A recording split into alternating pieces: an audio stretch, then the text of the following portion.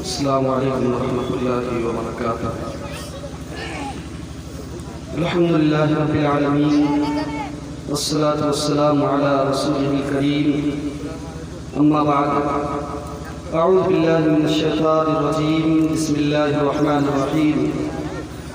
ومن أضل ممن يدعو من دون الله من لا يستجيب له إلى يوم القيامة وهم عن دعائهم غافلون۔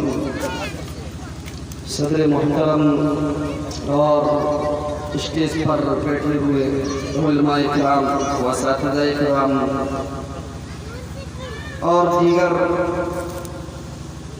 بزرگوں، دوستوں، نوجوانوں، عزیز بچوں اور میری پردہ نشین ماں و بہنیں، زیادہ کچھ نہ کہتے ہوئے تمام تعریفات اللہ سبحانہ و تعالیٰ کے لیے کہ جس نے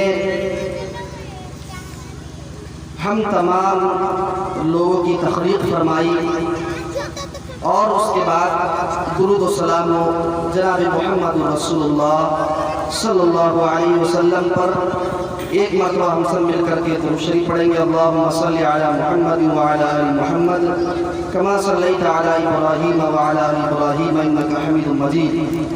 اللہم بارک علی محمد وعلی آل محمد کما بارکت علی ابراہیم وعلی آل ابراہیم انک حمید مجید۔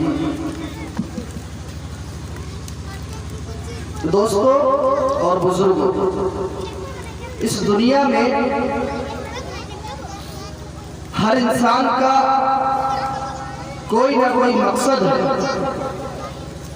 چاہے وہ کوئی بھی کام کرے۔ باپ کا مقصد کمائی کرنے کا کہ میرے بچے کے پیٹ میں ایک لقمہ پہنچ جائے۔ باپ اپنے گھر بار کو چھوڑ کر کے، اپنی اولاد کو چھوڑ کر کے، اپنی بیوی کو چھوڑ کر کے بڑا لمبا سفر کرنے لگ جاتا ہے اور مزدوری کرتا ہے، اپنے پسینے کو بہاتا ہے۔ مقصد کیا ہے؟ کہ میرے بچے کے پیٹ میں لقمہ چلا جائے، یہ مقصد ہوتا ہے۔ میری بیوی اپنے پیٹ میں کھانا پہنچائے اور وہ فلٹر ہو کر کے دودھ کی شکل میں میرے بچے کو پلا سکے، مقصد ہے۔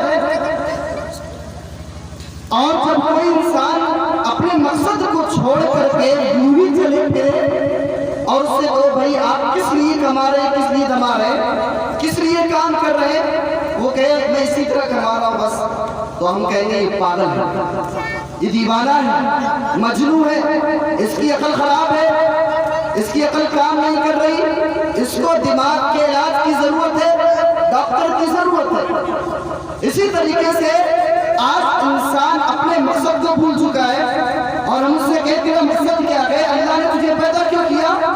بھول چکا ہے۔ اللہ نے پیدا کیوں کیا؟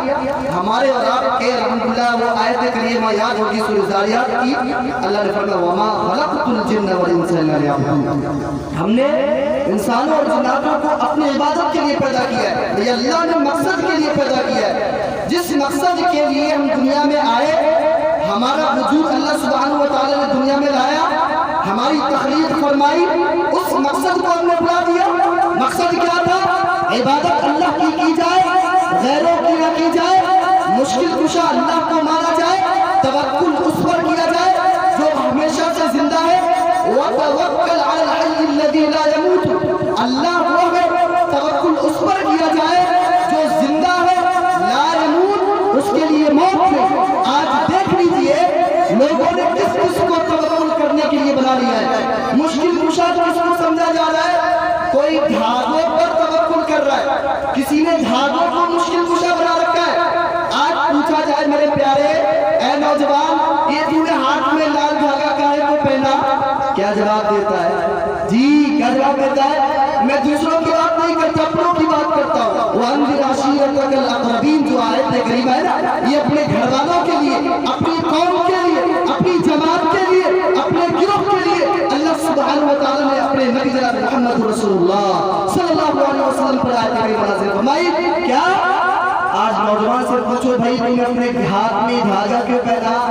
ارے مولوی صاحب کیا بتائیں، ہمیں फला बीमारी से बचाता है ना, फला मुश्किल से बचाता है। अल्लाहु अकबर, अस्तगफिरुल्लाह अस्तगफिरुल्लाह। मुश्किल कुशा किसको समझा हमने? एक धागे को समझा, एक धागे को समझा। लोग जूतियों की इबादत करने में लगे, जूतियों की इबादत की जाती है। कहेंगे मौलवी साहब क्या बात कर रहे हैं? जी, जूतियों की इबादत की जाती है। गाड़ी पर लटका लेते हैं जूता, फटा पुराना जूता लटका लिया और पूछो भाई क्यों लटका लिया?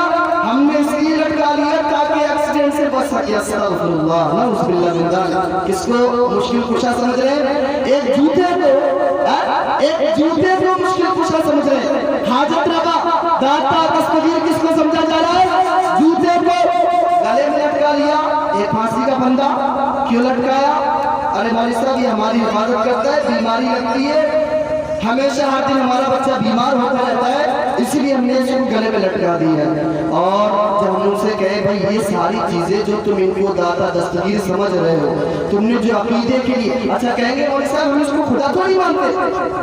मेरे प्यारे, हम भी तो तुझसे सवाल कर सकते हैं कि तुमने आखिर लटकाया क्यों? अरे मौलवी साहब इसलिए लटकाया ताकि बीमारी दूर हो जाए। अरे सीखो तो कहते हैं तुम उस पर अकीदा रखा, ईमान रखा, तवक्कुल किया, भरोसा किया, उसको हाजत रवाई के लिए अपने गले में लटकाया। बीमारी दूर करने वाला कौन? कौन है? इसीलिए अल्लाह ने फरमाया वमन अदल्लु मिम्मन यद'ू मिन दूनिल्लाह। उस शख्स से बड़ा गुमराह कौन हो सकता है जो अल्लाह को छोड़कर गैरों के दरबारों को, गैरों की मज़ारों को, गैरों के दरबारों को, उनके सामने अपने सरों को झुकाए, अपनी कमरों को झुकाए और इसी तरीके से अपनी पेशानियों को रगड़े। उन लोगों से बड़ा गुमराह कौन हो सकता है? और वो लोग क़यामत तक उनकी दुआओं का, उनकी पुकारों का, उनकी आवाज़ों का, उनके सवालों का जवाब नहीं दे सकते। वहुम अन दुआइहिम गाफिलून, वो उनकी पुकार से गाफिल है। जवाब क्या आता है?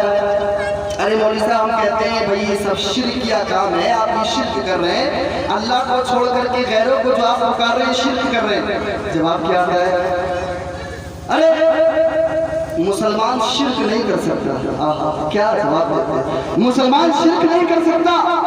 तो आयत करीमा, अल्लाह ने जो आयत करीमा नाजिल फरमाई, वमा युमिनु अक्सरुहुम बिल्लाह इल्ला वहुम मुशरिकून, के अक्सर ईमान लाने के बावजूद लोग शिर्क में मुब्तला है।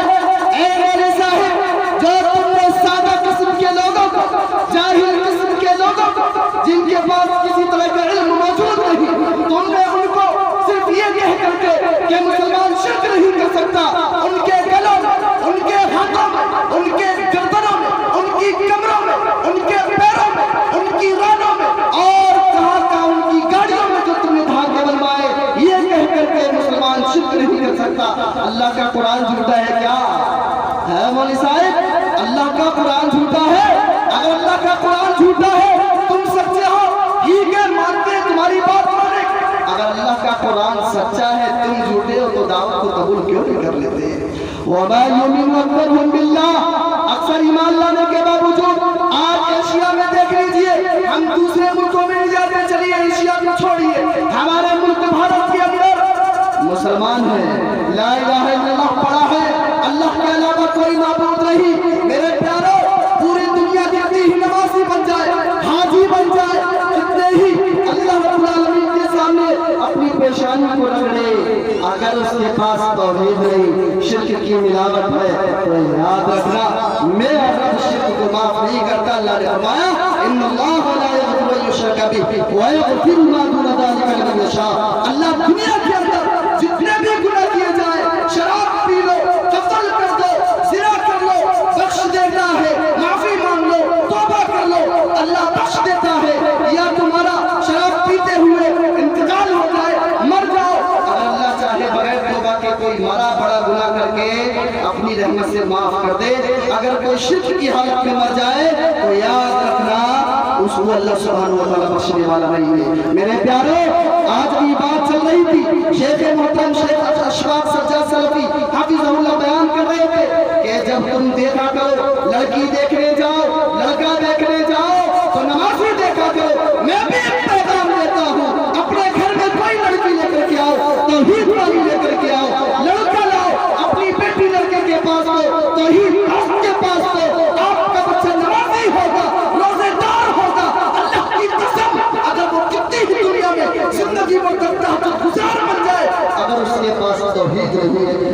قسم نہ ہی دنیا میں عزت مل سکتی، نہ ہی دنیا میں بھی کامیاب ہو سکتا ہے، اور نہ ہی آخرت میں بھی کامیاب ہو سکتا ہے۔ میرے پیارے، شرک کو چھوڑو۔ مشکل کشا کون ہے؟ اللہ سبحانہ و تعالیٰ، جس رب العالمین کو حضرت یونس علیہ السلام نے